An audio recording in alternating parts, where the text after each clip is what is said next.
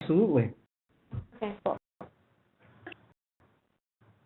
Well, thank you, Tiffany. Thanks, everyone on the call for joining. My name is Ardo. If we haven't met before, spoken before, um, the topic is sort of focusing on campaign performance. But when you think about campaign performance, you're probably thinking about like looking at reports, understanding click-through rates and impressions and all that jazz. But what this sort of exercise that we're going to go through in this presentation is going to focus more on campaign performance as a part of the sales cycle and how we think it can be used in a much, more strategic way to have more, more valuable sales conversations, extract a lot more information from, the clients that you all are talking to, and how we can take all of the information that we learn from campaigns performance and the information that you all collect from the clients that you're talking to, turn it into a great story that ultimately generates the results that they're looking for from a performance standpoint. Put together that story that helps them understand this is why the campaign added value, and then framing it in the final way that helps them move toward building confidence and turning it into recurring orders. So campaign performance on the sales side.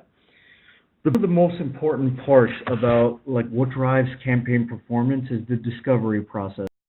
When you're speaking to, when you're engaging one of your prospects or legacy relationships about this sort of product, one of the most important parts is doing the initial discovery around what they're trying to accomplish, and that starts with understanding the client's goals and expectations. So much of the time, it's about trying to find the audience, do this and try to get the campaign out, make the sale and move on. But if we take a couple steps back, spend a few extra, 2 extra minutes or even 30 minutes to an hour doing initial discovery, understand the goals and expectations, it saves us. We do legwork ahead of time, and it saves us difficult 30-minute conversations after the campaign ends. So understanding the client's goals and expectations, their goal, once they identify their goals, how their goals change what you're selling. All of all of these different offers, all of these different clients that are in different verticals and trying to accomplish different things. If they're dependent on their goals and what they're expecting, it's going to change the way that you sell, and we're going to go over that. Probably my favorite, managing their expectations. We know that all of our clients, they want everything, they want it now. They want all of it to happen in the most glorious way. But we're going to work on talking through how we go about setting the expectations and how we think we can frame these things in a way that makes sense to them, so that they work with us on believing what we're talking about and how we think we can drive results for them. Then what have they done before? Sometimes the easiest way to understand how we can be successful with them is if they've digital before, working on understanding, hey, what have these guys done? What have they not done? And how we can use that information to create a great campaign for them. So going into some more detail as far as understanding the clients, by understanding the client's key performance indicators, KPIs, and the goals, we're able to work with you on creating a campaign that is setting us up for success. Gone sort of the days where we would traditionally think about running a digital campaign as just merely targeting an audience and sending an email blast. Especially if a client has specific goals, we want to be able to frame a campaign in a way that we think is going to be the most successful. And it all starts with the discovery process and understanding what their goals are. And a great way to start doing that discovery and going through that needs analysis is some of the more common KPIs and goals, and helping them focus on what they want to accomplish. Is it making a purchase? Is it more about driving website traffic, taking actions on the website in multiple forms, whether it's sign up or a coupon redemption, a video watch, something along those lines, actually calling their business? Is it more of a brand awareness where they're, I don't know, like a telecom company that's working on releasing the new iPhone? Is it, Is it more of a campaign where we're trying, it's a retail location or a furniture location where we're trying to drive them to that store, or is it an event that we're trying to promote, and whether it's taking some sort of engagement, or just getting the maximum amount of reach. All of these different KPIs and goals, which we'll go in more detail, help us, even just by identifying any one of these line items goes such a long way in understanding how we want to go about the campaign, and what we're going to do to drive the success. The goal and their expectations. A lot of time, after they identify the goal, it's important to know what they're expecting. Okay, let's just say identify. Okay, I want my KPI or my goal is making car sales. My KPI or goal is for them to call my business. Even something as simple as understanding what they're expecting is important. If a lot of the time, what ends up happening is, okay, we've got an email blast, and we're also running multi-channel impressions over 30 days.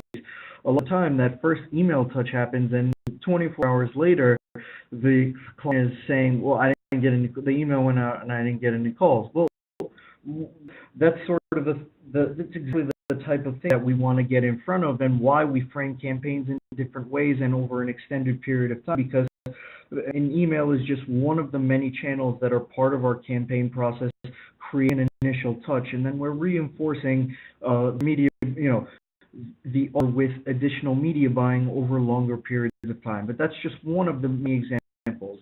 Things like, are there a certain number of actions or a specific action you're looking to achieve? Is there a contact form and you want more so email submissions? Is it the car sales and trying to drive a lift in the car set, the type of car, or, trying to drive a different user? It's all about really, diving into that, KPI once we've identified it, so we can say, hey, we're not going to drive all of these results in the first 3 days, or, with X budget, we don't think we can drive 200 calls. We think it'll be more in line with X number. So, again, going that distance, digging into the expectations, relative to their goals. So we're not called blindsided, not, explaining ourselves later as to why we do or don't think something performed. All this is really meant to ask the real question for us, right? What do we need to get a reorder? How are we going to drive enough success where we frame a campaign in a certain way that ends up being successful, and the advertiser is confident enough in us to reorder and continue getting this going? And that's really the focus. All of the things we're talking about, that's really the goal for us, right? The goals impact the sale. The answers to some of the easiest and most obvious questions change how a campaign is sold. So what the goal changes the sale. Even just the KPIs and goals that we talked about, we can categorize it in two very distinct places. The first being a more of an engagement and conversions bucket, and then the other being more of an awareness bucket. The engagement and conversions are really more focused on someone taking a more immediate action, like that purchase, or taking that action on the website, or a phone call, or visiting the store. It's actually driving them to take an action or to a location where the engagement or a conversion happens. Why is it important? Because for engagement, or conversion campaigns that are more focused on this, there are different nuances to the strategy that we think, the high-level things that we can think about so that we frame these campaigns the right way. If we've done the discovery and they've identified it as driving conversions, maybe doing a single email blast isn't the way we want to go. The whole point is to try to get, create multiple touches, drive engagement, and stay in front of the consumer over a longer period of time. And that's one of the first points to think about. With this type of campaign, we want to think about longer campaign duration. It gives us more time to see what's going on with the campaign. It gives us the ability to optimize against their goal in a more strategic way. Creating more avenues for additional tracking and reporting. Things like pixel implementation and doing matchbacks, that additional tracking and reporting gives us the ability to help prove and optimize against what they actually want, which is one of these versions in the bucket. And then using preferred channels and tactics, which we'll go into as well. There's certain like I mentioned, email as an example. Email is a great tool and is obviously part of our media mix. But if we're trying to drive those conversions, we're not trying to just send one email blast either. We're trying to get in front of them. So maybe from a preferred channel standpoint, will be a smaller part of our overall media mix, and we'll bundle it with a few other channels that we believe are going to drive the success we want. Then on the awareness side, so more of a, getting in front of the customer, extending reach as much as we can, and almost introducing them into the brand, right? Web traffic, driving new customer acquisition to the website. If they've never engaged the brand before, or never actually heard of the local dealer we're talking about, or the local retailer, whatever the offer is, this is essentially our digital cold call. And so this is if they identify one of these as their KPI, we look at it more of as an awareness campaign where we're driving website traffic to introduce them to the brand, creating overall brand awareness, whether it's the advertiser itself, whether their products, or a sale, whatever the case, more on the brand awareness side. And then again, promoting an event. Is it a concert? Is it a sporting event? Whatever. We're raising awareness of these things so that we can maximize the reach and get more people to understand, know about what's going on. And so with the awareness campaigns, a shorter we always sort of would love a longer campaign duration because it just gives us more information. A shorter campaign duration is feasible. If you had a sale coming up in a week and you're a dealer, like, you don't have 30 days to spare. So with these types of tactics, we look at it as, okay, we can accommodate a shorter campaign duration and drive a large amount of traffic to the site at once. So these people are aware of what's happening with the sale or the event. Letting and reporting is necessary, but always, again, still appreciated. If the main goal is to drive the brand awareness and to drive things like website traffic, yeah, we can implement the pixel. Yeah, we can still do matchback analysis and see what the car sales look like and whatnot. But if it's really about more the website traffic and the brand awareness, we can sort of sacrifice that and go with less of the tracking and reporting and still get the results we want from a click through and open and overall brand awareness standpoint. And then a lot more channel flexibility. We can mix and match in a lot of different ways. We can combine all of them. We can do one of them. It just has a lot more channel flexibility because we're trying to accomplish a broader goal. Mentions. We know how clients are, right? Some clients want everything, some of them want nothing, and some of them have no idea what they want. And whatever the case is, we want to work together to guide them because it's an important part of building their trust and helping them drive results. And so diving more into the goals and their expectations. We talked about this already, right? How many purchases are they expecting? Is it a certain number of actions they're looking for? What is going to deem this campaign successful? And a big part of that is setting the right expectations and ultimately making recommendations.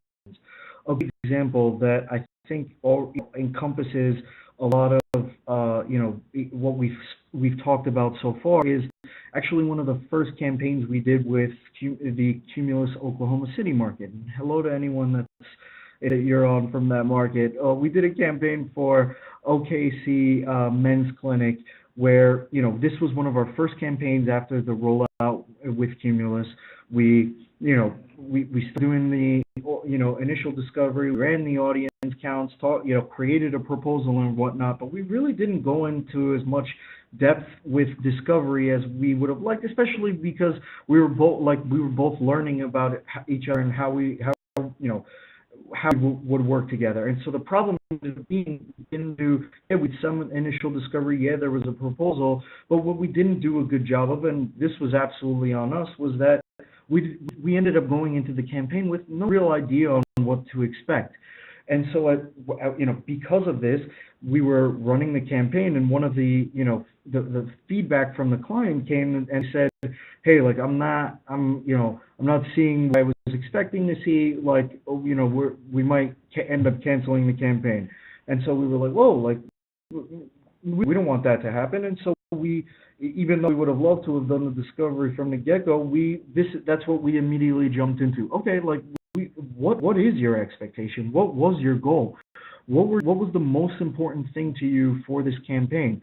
And the most important thing to them was conversions, driving more leads than they would see on another given day. And that's not always the easiest thing to measure and take their word on, but at least we know now that conversions were the most important thing. And so what we were able to do was we were probably in the middle of the campaign, but we still had enough campaign to go where we can make adjustments to try to get them there and it not be a complete wash, right? So we took the optimization, we made the campaign adjustments that were a lot more aligned with what they were really trying to accomplish and focus on those. And so we went about doing that. The campaign ended, and the campaign was never canceled, and they were happy with the results. But being happy with the results is important because we're also making post-campaign recommendations. Once we were, clear on the goals that they wanted and, really what they were trying to accomplish, we sort of broke it down and said, hey, this, we're transparent about what we think we could have done better, knowing now the goals. This is what we would change. This is what we saw perform very well. This is what we would, probably we didn't see perform well. This is how we would tweak the campaign to get you where you want to be. We're, thrilled about the recommendations. They took the recommendations, and from where they were, the original notion was to cancel the campaign, we got to getting a reorder for November into December. And so it's just, I think it was a great example showing the power of the discovery and how that changes the complexion of the campaign and how we can, really alter the results. They've done before. More about the different types of marketing, digital or otherwise, the client has done, helps paint a clear picture of what we can do and not do. So, he's asking, all right, so what types of digital marketing have you done? Have you done more Google AdWords? Have you done display? Have you done email? Or, asking all of these questions around the types of digital marketing help start breaking down more of the walls and getting a clearer picture of it all. What worked and what hasn't. We want to understand if there are things that have worked, we want to maybe lean toward the tactics that have been used that have actually driven them results and maybe lean in that direction. And if something hasn't worked at all, well, hey, they did the legwork for us. We know those are probably the types of things we might want to stay away from and not set ourselves up for failure. How do they measure the campaign's efficacy? As much as we definitely want to know and take their word on what worked and what didn't, it's important to know what they're putting the most stock into. We can generate all of the reports in the world, but is it a client that's focusing more on a third-party tracking mechanism? I'm sure you guys have all heard about Google Analytics. Is it more of a Bitly sort of thing where they're tracking the clicks and are focused on that? Is it a unique landing page where they're, all of the signups that are driven by us and it's a landing page only for us? Are they measuring it strictly by matchbacks? No, this sort of information helps us understand, and prepare for what to expect and what they believe is the most important part, how they're ultimately measuring our success. Again, all the reports in the world can say anything. A lot of the clients and advertisers that we work with, some of these are the most important things, and so it's important to know that. All aren't created equally. Comparison, there are going to be a lot of different instances where you run into situations where there are comparisons between our campaigns and campaigns from other providers, campaigns from competitors, etc. And so this initial discovery helps us understand, what did they do for you?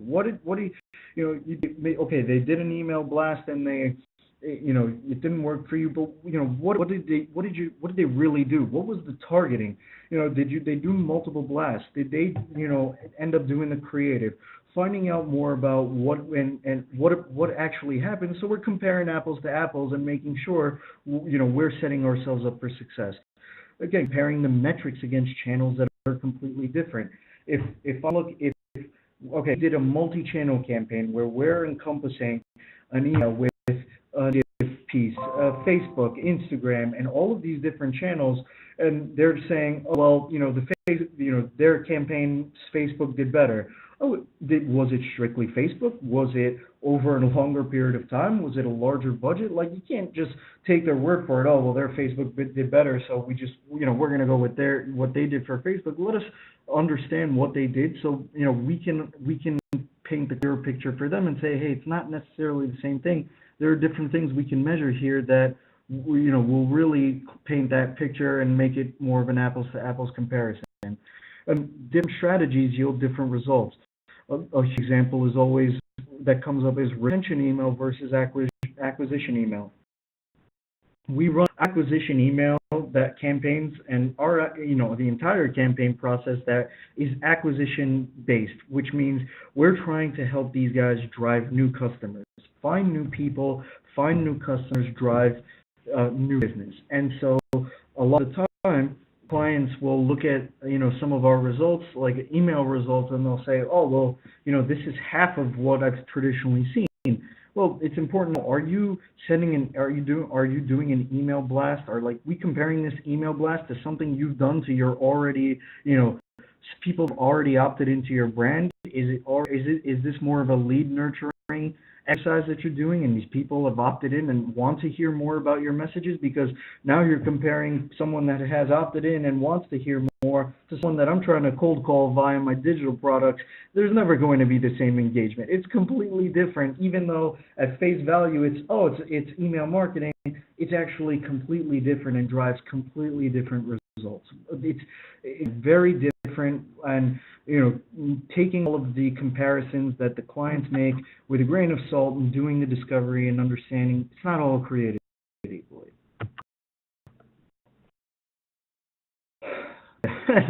That's really I think the first part that we wanted to focus on is the discovery, because I can't stress it enough. It's gonna be that much more valuable when we're running these campaigns for you, because we know what to expect, we know what we should be focusing on, and it creates such an easier, instead of doing surgery on the patient blindfolded, we could see the patient, we know what to expect, and so we can drive best results. And so that leads to campaign performance, but from a post-campaign standpoint, again, less about the reading a report and reading what the metrics mean, but more about how do we take the information that's provided in after the campaign happens, and understanding what the client is feeling, what do feel after we ran the campaign, that campaign was successful, how we can position it in a way where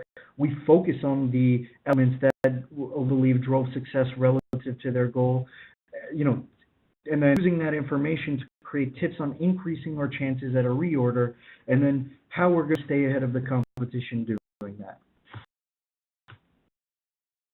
So what is successful? The million-dollar question. And comparing the campaign's results to the client's goals is easy, especially if we knew what to look for from the beginning. So going back to the beginning, we ask ourselves, what was the goal? And we go to what was very familiar in the other slide. Was their goal one of these things? Did we identify that their goal fell into one of these buckets? And so now we have a clear understanding of some of the questions that we want to ask. So if their KPI was, hey, they wanted to make a purchase, it's like a car sale, we want to make the primary emphasis a matchback report that helps them understand if they sold the cars. Was it taking the action on the site or making some sort of e-commerce purchase?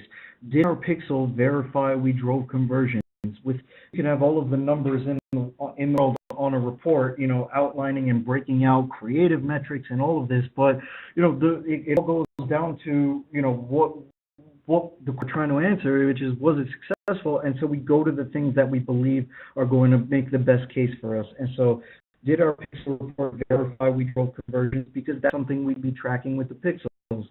In a case where we want to drive them to the store, did foot traffic attribution identify store visits? When we ran the campaign, how many people did actually drive to the location?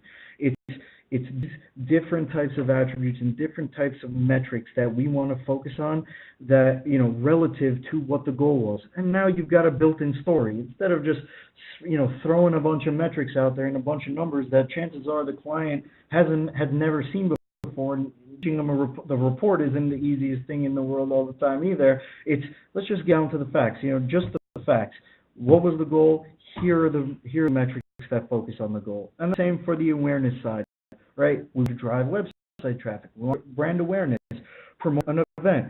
What did our click-through rates of the reporting look like? In the case of brand awareness and driving website traffic, click-through rates become important because that's really what's helping identify how many people we drove to the website and help engage these new people with their brand. How many people did we reach? If it's a brand awareness or more of a promote an event campaign, more of a promote an event campaign, we want to understand, how many of these people we actually reach. And so, if you're familiar with our multi-channel campaign process as an example, we started out as an email company, just sending the emails. But okay, let's just say we got 10% response. That would mean that only 10% of our audience actually opened and engaged the email, even if we delivered all of them, right?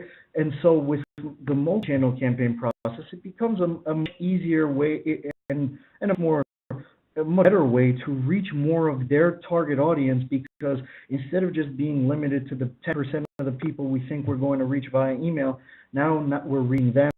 We're reaching them across. We're reaching more of that 100,000, person audience across Facebook, across desktop, across mobile, across all of these channels. We've taken their perfect audience and we've found more of them. We've driven more awareness. We've promoted the event to more people that they wanted, and we've driven more website traffic. So, the reorder. It was kind of interesting because when we first started, working with Cumulus, a lot of the markets were hesitant on doing all of this additional discovery in fear that you're going to drive the customer crazy. Like, hey, this customer doesn't know digital. I'm not going to try to interrogate them, which is totally understandable. But if all we're trying to do is tell them, hey, we're just trying to have the best results you can, that's a good reason to ask them the questions. And so, after you get to the reorder stage, it's like, hey, we put in the work already. We did the discovery, we ran the campaign, and we had results. Now, how do I bring it all the info together to get the next campaign? And again, making the focus their original goal, and our results show we had a positive impact. We're obviously always going to, put an emphasis on that. We know the goal, we know the results that correlate with that goal, so we're going to make sure that we emphasize the positive impact we create. Though is being transparent about what could have been done better. If we're never going to get better and help them even more and build even more confidence if we're not transparent about the things that could have been done better.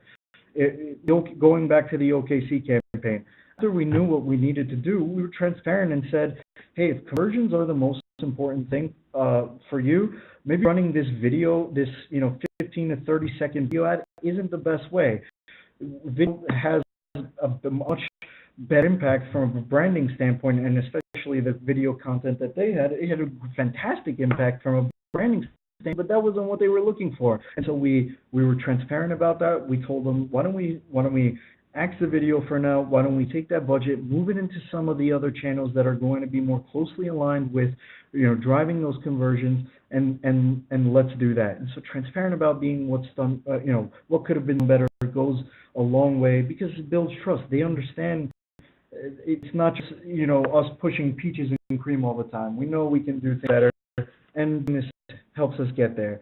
And then ultimately, kind of the perfect segue, turning the negatives into positives with recommendations. Just the same example I gave is, yeah, we know we could have done this better, and this part didn't do as well as we could have, but now we have results to show us what we need to do to make things better. And it might be moving away from a channel. It might be moving away from a certain creative, that we've been using. It could be a lot of different things, but the results are ultimately what's going to help us make those decisions and recommendations. And so driving that home is very important, taking all of the information that we have and making recommendations on how we can make the next campaign even better.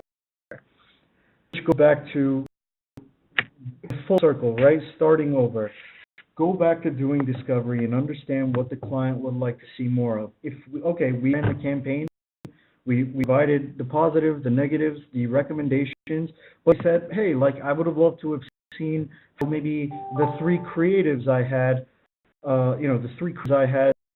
perform separately. Perfect.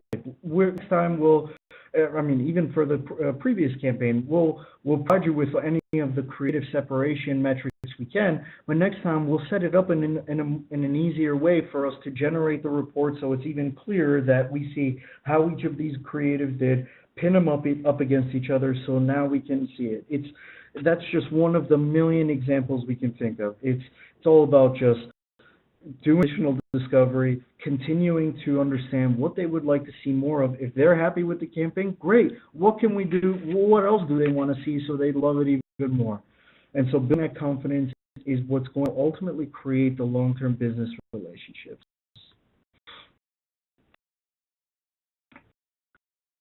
Funnily enough, I actually had the staying out of the competition piece on the other slide, and this was actually meant to be part of it. And it's because no matter how fancy the data is, no matter how fancy all the different product offerings we have, and look, that's going to be a good competitive advantage, don't get me wrong.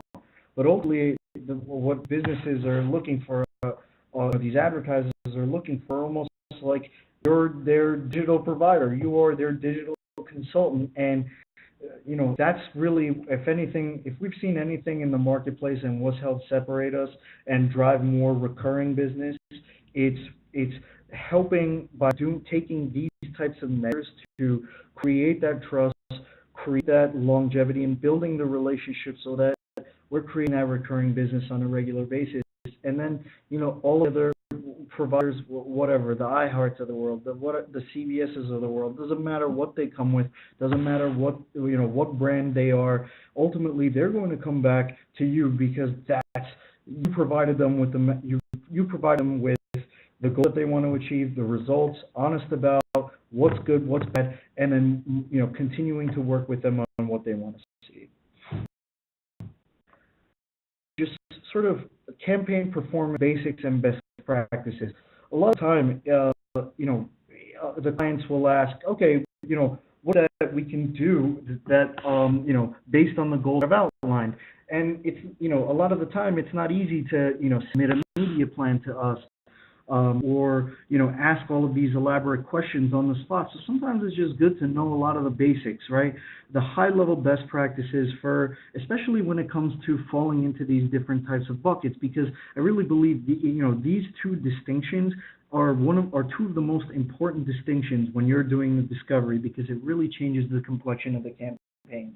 And so we talked about these a little bit already, but going into more detail, if you're recommending this type of campaign, what do you think? Something that's focusing on conversion, what do you think to do? And so just knowing some of this higher level stuff. Campaign duration, we require a minimum, not require a minimum, I should say, but we definitely prefer a minimum of 30 days for all the reasons we talked about.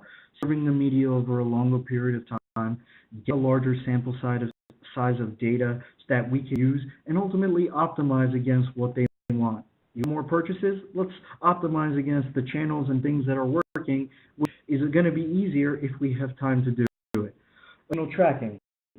Things like, if it's all about conversions, hey, if we know we want to try and track things with a higher level of sophistication.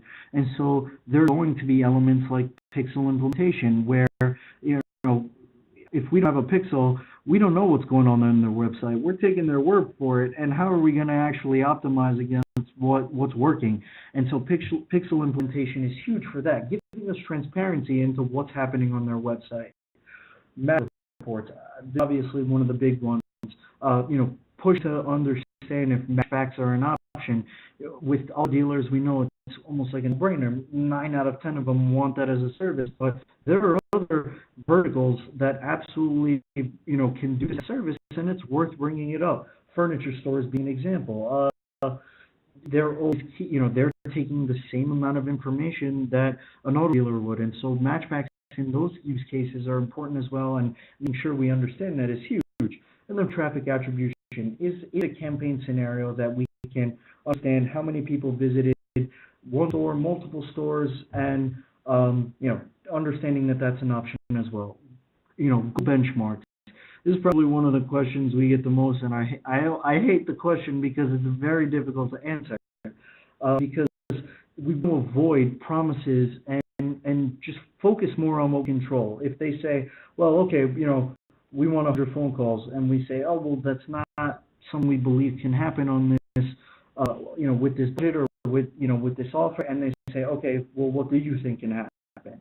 Even that is not. We want to try to look. We can, if holding the gun to us, we can absolutely try and give them an estimate, but we don't want to give something that we have a very hard time controlling. Yeah, can I focus? Is it easier for me to control clicks and things like opens? Yeah. But once they go on your website, it isn't easy for me to force them to go and buy and add something in the shopping cart and then go through your sales cycle in the shopping cart. So, benchmarks will be very, very rough as to this with very big disclaimers, but it's especially in the engagement and conversion bucket. It's something that we try to avoid because it's a very impossible question to answer. Budget. Conversion-based campaigns, like we talked about, you want time and a good sample size in order to really see what's performing, optimize accordingly. $5 over a 30-day period isn't going to get, isn't getting much, and emphasizing that to potentially get more budget is important. It's sort of an upsell where we say, hey, like, we have conversions for you. We're just not going to have enough of a sample size to get it for you. And that's the honest truth, is we don't think we can do enough with 10,000 impressions here and 20,000 impressions here to know what's going to work and do something about it. And so for conversion-based campaigns, these smaller budgets can be a little bit more difficult if we really want to hone in on all of the powerful tools that we want in the optimization we're trying to achieve. Different channels are naturally better at driving different forms of engagement. Even if it isn't a formal media plan, feel free to ask us what channels we'd recommend, or an offer or a different KPI, and we can give you a starting point. Similar to going back to the OKC example, had we known like conversions ahead of time, we might have tried to push away from the video a little bit more and focus on some of the things we thought more. We know that to be the case now, and we go away from it. But it's important that distinction for the engagements and conversions, because channels can have a lot to do with it. Oh, the piece. So from going through the same line items, right? Campaign duration, again, 3 days is preferred even for awareness, but it's definitely workable for this, because for the same reasons we talked about. We have a Memorial Day sale in a week. We can do a lot in a little, and it's less predicated on all of the failure optimization that we talked about for the conversions. Additional tracking. The goal and offer, this can be optional. The pixel implementation, the matchback reports, and traffic. We have clients that all want the maximum amount of clicks. They just want the most possible clicks they can possibly generate, because they want more of an audience to get on the website than anything else. You know what? In cases like that, the emphasis is drive that. We don't need any additional pixels or whatever to drive any of that high click-through rates. We know what we need to do. We have everything we need, and so additional tracking isn't always necessary. But again, it can be an option for certain types of campaigns. Goal benchmarks.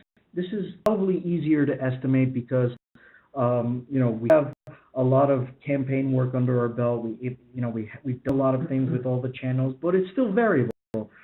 A lot of the time, we forget, all right, we have this data, we have these channels, we have this fancy deployment tactics and whatnot, but all right, if the client provided us a creative has a huge part to do with how the campaign performs. And so from that already changes how we would estimate benchmarks. benchmarks, but it is something easier to estimate. But keeping in mind, it's still variable. If you absolutely need some sort of opinion on what to expect, we're happy to give it to you, and we'll give it to you based on the vertical and the offer that we see. But awareness campaigns are much more flexible with smaller budgets, even though more time and money helps optimization as well. Look, we're always disclaim that more optimization, more time, more budget is going to make things easier on us. But this is the campaign style that if it's a smaller budget, it's probably going to fall more so into this bucket. And so if a client comes and says, oh, like, well, the $500 for an email campaign, or 30,000 impressions for Facebook, we don't want the expectation to be that we're going to drive all of these conversions with that budget. We can drive, we can drive other, drive them to the website and that sort of, engagement. But as far as, that sort of smaller budget, it's going to be a lot easier to position it as we're driving the awareness, we're driving them to the website, because we have enough of a sample size to really do what we want and drive the conversions. And then finally, same as the above, that channels, different channels drive different results. And a great example is mobile versus desktop, right? We're not ever doing anything that without ever running a banner, without I can pull 100 random reports from our, from our deployment and see that mobile is going to have a higher click-through rate than desktop. It's just, we know that. And so if click-through rate is their KPI, then we're probably going to add in more mobile than we are desktop. However, if something like conversions is more of, if conversions are more important, a lot more people, engage the first time on their mobile phone, but go back to their computers later and convert there. And so now we change the media distribution a little to, try and drive it toward that goal. So it's different, so what we talked about, and this, it was when we, rolled out the Cumulus and talked to our markets is, it's our data, right? It's our data, it's our technology, and it's all about, how, targeting the audience with the, the specific selects and really honing in on the audience. And it's absolutely one value prop. We focus on the audience, but the worst thing we could ever do is sort of be short-sighted about, how people engage naturally and on a regular basis, and avoid a lot of these, channel concepts and just some of the more, traditional concepts that happen when it comes to marketing in general and media delivery. So, well, I know when I first read through this, I'm like, oh, I don't really focus on the audience much, especially when if you're a market that works with us, we beat you over the head with audience. But this is important to sort of grasp as well that, yeah, audience is important. It's our big value add, but all the normal best practices and concepts are extremely important as well. And so that's it for me. I hope this was helpful in conveying more about not just thinking about campaign performance from I get the report and I send it to the client and hope for the best. It's really meant to emphasize campaign performance is such an important part of the sales cycle, and doing the discovery, which sets up a much larger chance of driving success. And then once we have that success, being able to create a story that we can go back to the customer with, talk about the good, the bad, and the recommendations on how we make it even better, and then coming full circle and getting that reorder. Now we think campaign performance can really help drive those sales. That's really all I had. Cool. Thank you, Otto. So I'll post the recording and this deck again on Forcebook once I get everything converted. I'll be there if you need help finding a link, or if you have any questions for me or the Bridge team, you can just send us an email. Thank you so much. Tiffany, thanks so much, everyone. Bye. Bye-bye.